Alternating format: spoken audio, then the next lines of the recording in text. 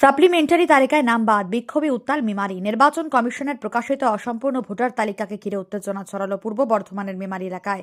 অভিযোগ, মন্তেশ্বর বিধানসভার অন্তর্গত মেমারি 2 নম্বর ব্লকের বড় পলাশন 1 নম্বর অঞ্চলের বামুনিয়া এলাকায় 130 নম্বর বুথে মোট 1236 জন ভোটারের মধ্যে 134 জনের নাম বাদ দেওয়া হয়েছে।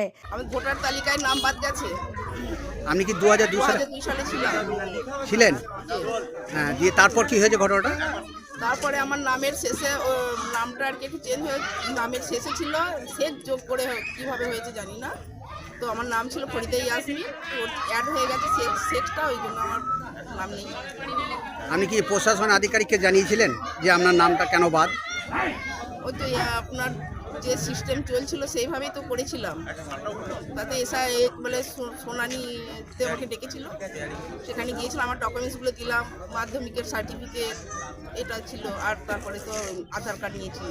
এখন যে ডকুমেন্টস জমা দিতে বলছে সেইভাবে কি জমা দেবেন আপনি? এখন যেটা বলবে সেটা প্রসেসটা শুধু মানতেই হবে। কি চাইছেন? আমার মৌলিক অধিকার। কি চাইছেন এখন? কি চাইছেন এখন কি চাইবো? আমরা তো ভোট দিতে চাই, এটা আমার মৌলিক অধিকার। এখান থেকে আমি তো বঞ্চিত হচ্ছি যে আমার ভোট থেকে আমি তো ভোট দিতে পারবো না আমার লিস্টে না নাম থাকলে। এটা কোন ব্লক জানেন? এটা হচ্ছে মেমারি 2। এটা কোন গ্রাম? বামুনিয়া। আপনার নাম? ফরিদা ইয়াসমিন। স্থানীয় বাসিন্দাদের দাবি, প্রয়োজনীয় সব বৈধ কাগজপত্র থাকা সত্ত্বেও তাদের নাম ভোটার তালিকা থেকে বাদ পড়েছে। এর ফলে তারা ভবিষ্যতে নানান সমস্যার সম্মুখীন হবে বলে আশঙ্কা প্রকাশ করেছেন।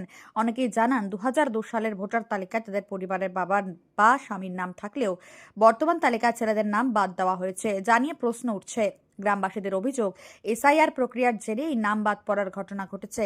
এই নিয়ে নির্বাচন কমিশনের বিরুদ্ধে ক্ষোভ উগরে দিয়েছেন স্থানীয়রা। তাদের একাংশের মতে এটি একটি পরিকল্পিত ষড়যন্ত্র, যার মাধ্যমে বৈধ ভোটারদের তালিকা থেকে বাদ দেওয়া হচ্ছে। এই ঘটনার প্রতিবাদে বামুনিয়া প্রাথমিক বিদ্যালয় পার্শ্ববর্তী এলাকায় হাতে পোস্টার ও জাতীয় পতাকা নিয়ে বিক্ষোভে সামিল হন গ্রামবাসীরা।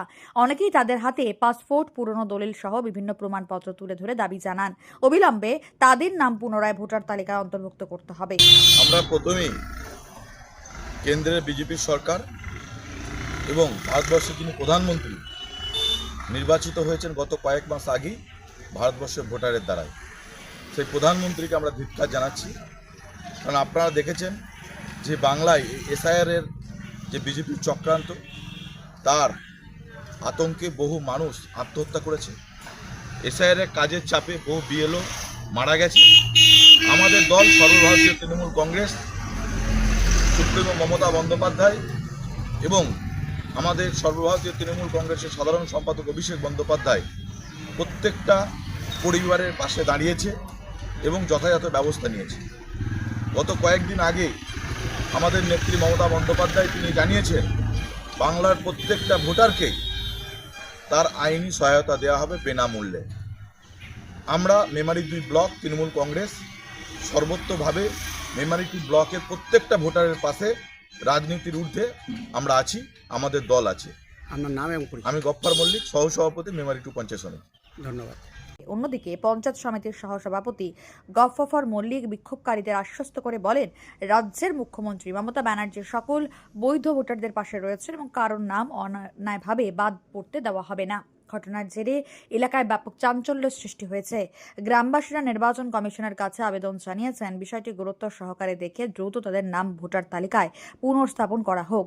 মেমারি থেকে মৃত্যুঞ্জয় যশের রিপোর্ট, মেমারি আপডেট নিউজ।